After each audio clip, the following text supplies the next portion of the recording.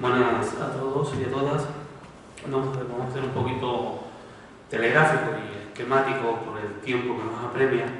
Y lo que primero yo quisiera decir un poco la breve historia, como Domingo ha dicho, de lo que es la reivindicación del hospital público del sur-suroeste de Tenerife. La necesidad de un hospital comarcal o hospital público en el sur de Tenerife no es nuevo. Incluso ya en el año 1978, a través del gobierno central, presidido por Adolfo Suárez, se libraron las primeras cantidades, las primeras cantidades de una partida presupuestaria para hacer un hospital comarcal en el sur de Tenerife. ¿Se acopla? No acoplarse, no, pero hace como resuena. A lo mejor aquí hay sillas más cerca, que yo no sé si las personas que están atrás no sería más agradable para ellas estar ahí. Domingo, cámbiate tú, Se libraron esa parte presupuestaria y llegaron a ejecutar esas obras, ni siquiera se inició el proyecto. Pero casualmente, a principios de los años 80, aparece la sanidad privada para el sur de Tenerife e instala pues, los hospitales que todos conocemos aquí, que son los del grupo Hospiten y todos los centros sanitarios. En el 96 nos unimos varias personas, varios grupos, para reivindicar conjuntamente esa infraestructura hospitalaria. De ahí se creó la plataforma comunitaria por el Hospital Público del Sur-Suroeste de Tenerife y definimos sur-suroeste. El sur para muchas personas llega hasta los cristianos, pero también nosotros hablamos hasta Santiago del Teide, que vamos, pues, hay una distancia ahora mismo de 110-115 kilómetros aquí, ¿no? Entonces se creó. Vimos que la opción que teníamos ante la negativa que se tenía de las autoridades sanitarias era llevar al Parlamento una ILP, una iniciativa legislativa popular. Se presenta en el año 98, o sea, 2 años más tarde la presentamos, y se incluye en el orden del día en diciembre del 99. Me tocó a mí el defender esa ILP, pero en diciembre del año 99, cuando llegamos allí al Parlamento, pues es retirada del orden del día porque los grupos parlamentarios habían presentado, todavía no sabemos qué documentación, donde se decía que la estructura, o digamos la planificación sanitaria, no podía ser debatida a través de una ILP, ¿no? A través de otra fórmula legislativa. Organizamos allí medio revuelo y demás. Apareció el consejero de Sanidad en esa época, José Carlos Francisco, el actual presidente de la COE, para que vean por dónde van los enlaces, y lo esforzamos a que en el siguiente pleno, que se celebraba en enero del año 2000, pues se incluyese en el orden del día junto con el presidente del Parlamento de esa época, que es Bravo de la Laguna, actual presidente del Cabildo de Las Palmas. Pues se llevó a cabo en enero, se celebró ese debate y se aprueba por unanimidad su toma en consideración. Eso parece un éxito, pero no lo fue. Y no lo fue porque recuerdan que en marzo había elecciones generales y había que quedar muy bien en la foto. Había que quedar muy bien diciendo que se atendían las peticiones del pueblo, que allí estaban abiertos a todos. Se toma en consideración esa ILP y en junio de ese mismo año, del año 2000, y como yo suelo decir siempre, una vez que presentan la enmienda, enmierdaron el texto. Y de ahí sacan lo que es la Ley 4/2000. La Ley 4/2000 recoge toda la parte negativa que tiene la Ley 1597, solamente Dani nos lo puede explicar mejor, y lo que tiene también de malo y pésimo la Ley Canaria de Sanidad. En concreto, lo que afecta a esta parte, un texto, porque es muy sencillo, dice: asimismo, garantizar la existencia de un número suficiente para atender la población de las citadas comarcas sur-suroeste, las camas hospitalarias de segundo nivel para procesos agudos en centros públicos o concertados integrados en la red hospitalaria de utilidad pública. Es decir, la propia ley contempla la concertación con centros privados. Por lo tanto, el Hospital Público del Sur ha quedado en esos 13 años más tarde y sigue estando ahí. Sigue estando los empresarios sanitarios sufriendo todo el tema, ¿no? ¿El por qué? Pues porque es por eso, por la privatización 100% que existe en el sur de Tenerife. Y el enlace es muy grande. Ya he dicho antes que el consejero de Sanidad de esa época, hoy es presidente de la COE, pero vemos, por ejemplo, que lo que se está haciendo en el sur, que es un centro sociosanitario, no es un hospital, por mucho que lo llamen hospital, no cumple el requisito de hospital, pues lo está gestionando el Cabildo. Y todo el mundo sabemos los enlaces que tiene el actual presidente del Cabildo, don Ricardo Mello, con la sanidad privada, concretamente con don Pedro Luis Cobién, propietario de Piqué. Sabemos que incluso le ha otorgado el premio Canarias, que se abrazan, que tienen inversiones económicas conjuntas, etc. Por lo tanto, eso que como una vez dijo Ricardo Mello, que él estaba indignado del retraso, no, indignados estamos nosotros de tenerte aquí ahí. Entonces, es por ahí donde se va con ese compromiso. Otro consejero de sanidad que tenemos por aquí, que igual lo conocimos, que fue un capitán de barco que nos llevó a pique, el señor Julio Boni, pues hoy en día es uno de los señores potentados en México con hospitales privados. Pues ya vemos a quién estamos poniendo al frente de la sanidad pública, ¿no? Tenemos que ir viendo quiénes son esos señores. En el sur de Tenerife se agrava más este tema, digamos, es más rentable para el empresario sanitario, pues por varias razones. Primero, por la modalidad, el modelo de trabajo que existe en el sur de Tenerife, fundamentalmente lo que es turismo y construcción. La construcción ahora menos, pero el turismo. Son puestos de trabajo que se requieren baja cualificación académica y baja cualificación profesional.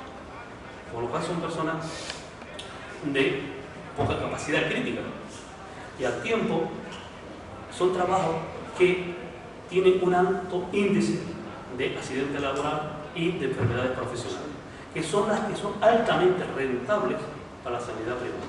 Por eso que la ley habla de que los tratamientos agudos son los que se conciertan, no los crónicos, porque los crónicos no son rentables. Esos lo envían para aquí, para Santa Cruz y La Laguna, porque esos no son rentables económicamente. Ellos buscan nada más que la rentabilidad económica y lo ponen muy claro en la ley. Otro de los temas que en el sur es muy rentable es la alta tasa de natalidad con respecto al resto de la isla o al resto de Canarias. Hombre, los que seamos más promiscuos por allí, es que al haber esos centros de trabajo con un crecimiento poblacional que hasta ahora se ha tenido entre el 12 y el 14% anual, es, digamos, un efecto llamada gente que va a trabajar y se queda allí, y la gente que va a trabajar normalmente son edades jóvenes, y con lo cual la natalidad no es que en el resto sea menor, sino la que tendría que ser en el resto del territorio se concentra en una zona, y por eso también ese tratamiento. Hay que ver una cosa que son públicas y consultables, yo les remito que lo lean. En las memorias de los hospitales, tanto el Hospital Universitario de Candelaria, el Hospital Universitario de Canarias y los hospitales de Aquitén, pueden mirar los resultados, las intervenciones que se hacen, qué tratamiento están haciendo y demás. Y fíjense en un detalle que siempre digo porque a mí me ha llamado poderosamente la atención, son el tema de los partos. En los hospitales públicos ronda alrededor del 2% de los partos se hace con cesárea. En los hospitales privados pasan del 15%. Primero, aquí hay facultativos que podrán explicar mejor eso, que una intervención innecesaria es perjudicial. Y segundo, porque hay un interés económico detrás. ¿El qué? Que al hacer una cesárea se cobra la intervención también. Se cobra el parto y se cobra la intervención. Se hace doble factura al sistema público, o sea, a nuestros impuestos, a nuestros contribuyentes. O sea, nosotros como contribuyentes pagamos 2 veces ese tratamiento. Eso está público, o sea, las memorias son públicas, se pueden consultar, entran en la página del Hospital Universitario de Canarias o entran en cualquiera de las redes Hospital, que sepamos que está monopolizada también la asistencia privada en Canarias, solo existe uno, que es Hospital, no hay otra. Por lo tanto, pueden entrar por clínica y ver esos datos y se darán cuenta del daño que hay. El tema con eso que tenemos ahí, pero fíjense ustedes, cuando se ha agudizado la lucha y todas esas cosas, el grupo Hospital salió en contra, o digamos, salió defendiendo sus intereses, enviando un documento. Nos quisieron decir que este documento era del Servicio Canario de Salud, pero obviamente no hay. Como no hay tiempo para desglosarlo todo, sí podemos leer un párrafo de las conclusiones, y donde dice: sin quitar la legitimidad a la forma de todo público, aunque en algunas ocasiones enmascaren actitudes oportunistas y claramente demagógicas, hace ya años que, independientemente del partido gobernante, ha tomado carta de naturaleza del concepto de eficacia en la gestión del dinero público en función del criterio coste-efectividad o, en nuestro caso, gasto-efectividad. O sea, si podemos seguir mirando, dice aquí, Hospital Sur ha venido actuando de hecho como hospital comarcal, dando apoyo a los centros del CAE, de Arona y algunos de otros. O sea, justificando que lo público no sirve, sino que son ellos los valedores de la sanidad. Hay otro tema que se avecina gravísimo en estos centros sociosanitarios, que repito, nunca son hospitales, son centros sociosanitarios. Es que después de muchos años de lucha se ha conseguido que existan las urgencias comarcales, es decir, que hay un centro donde se vayan todas las urgencias, se haga un primer análisis y se revisione a la persona al punto más adecuado sin que esté dando vueltas por toda la isla y pierde tiempo y recursos, ¿no? Eso es un tema positivo y muy interesante, pero el tema es que de ese centro sociosanitario que están haciendo en el sur, igual que lo que están haciendo en el norte, todavía no hablan qué tipo de gestión va a llevar, con lo que nos podemos temer que sea una gestión privada. Eso es altamente peligroso porque el recepcionista que esté allí, y no me refiero a la persona físicamente, sino a la empresa que recepciona a los enfermos, decidirá en cada momento quién es cliente y quién es paciente. Y no por su nivel de enfermedad, sino su nivel de rentabilidad económica. Y es muy grave el valorar a las personas por la rentabilidad económica que puedan dar o dejar de dar. Esto, no, yo dice, no, eso es imaginación tuya, eso tú dónde vas. Pues no, yo te voy al boletín oficial de Canarias. La reforma y ampliación del Hospital Materno Infantil de Gran Canaria, pues se utilizó en esa ampliación y reforma el modelo que ustedes habrán oído hablar, el modelo Alcira, o el modelo que se está implantando en Madrid. Aquí ya en el año 2010 ya se hizo. Se dio la concesión por muchos años a una constructora que hizo toda esa obra, pero después gestionó ese centro a su servicio. Es decir, que en vez de estar atendido por facultativo público, funcionarios públicos, estamos atendidos por albañiles. Poco menos, ¿no? Pues eso ya se hizo en el 2010 en Gran Canaria. O sea, no es que se esté inventando nuevo, ya lo estamos haciendo, ¿no? Yo voy a ir cortando un poco porque la protagonista la tengo por aquí y demás. Ahora recientemente se está oyendo hablar a Paulino Rivero de que va a dar dinero para el tema y tal. Eso es mentira.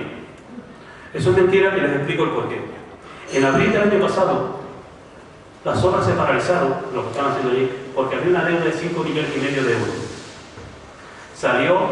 Fue cuando hicimos aquella manifestación de los cristianos y salió a la luz que dice que iba a hacer una aportación de 3 millones para continuar el debate. Fueron 4 obreros a mover 4 piedras, no hicieron más nada. En septiembre, la empresa sale a la prensa diciendo que se marchan, que abandonan aquello porque se les adeuda 11 millones de euros, sin hacer nada. Y ahora sale Paulino Rivero diciendo que va a dar 9 millones. El tema es que lo explique, pero es que hay una cosa muy grave en este tema. Cuando salió a la publicación pública la obra, no llevaba partida financiera, con lo cual hay irregularidades ilegales muy graves ahí. Porque hacer una obra de varios años se precisa lo que es el plan plurianual. El plan plurianual lo tiene que llevar la Consejería al Parlamento para su aprobación y luego que se creen los créditos financieros oportunos en los distintos ejercicios para ejecutar esa obra. Eso no existe.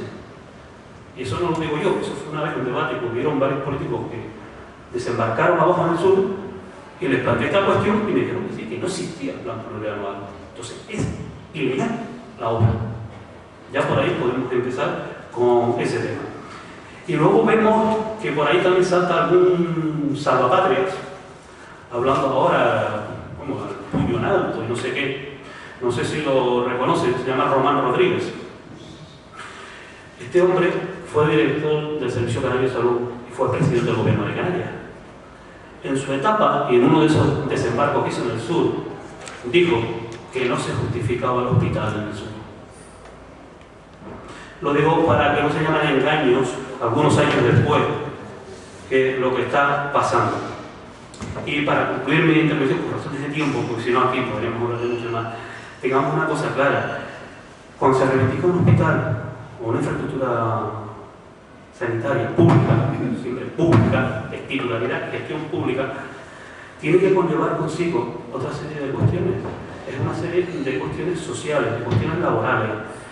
Yo siempre aquí me remito a lo que dice la Organización Mundial de la Salud, donde, ¿cómo define la salud? La salud no es solo ausencia de enfermedad, es el bienestar físico, psíquico y social. Y estamos hablando, en este caso, del suelo Tenerife, que ahora expandido por todo el territorio, por las consecuencias de esta cosa llamada crisis, que no lo es una estafa, donde la situación laboral es precaria, por lo cual ya no tiene ese equilibrio social ni psíquico, tienes una intranquilidad encima.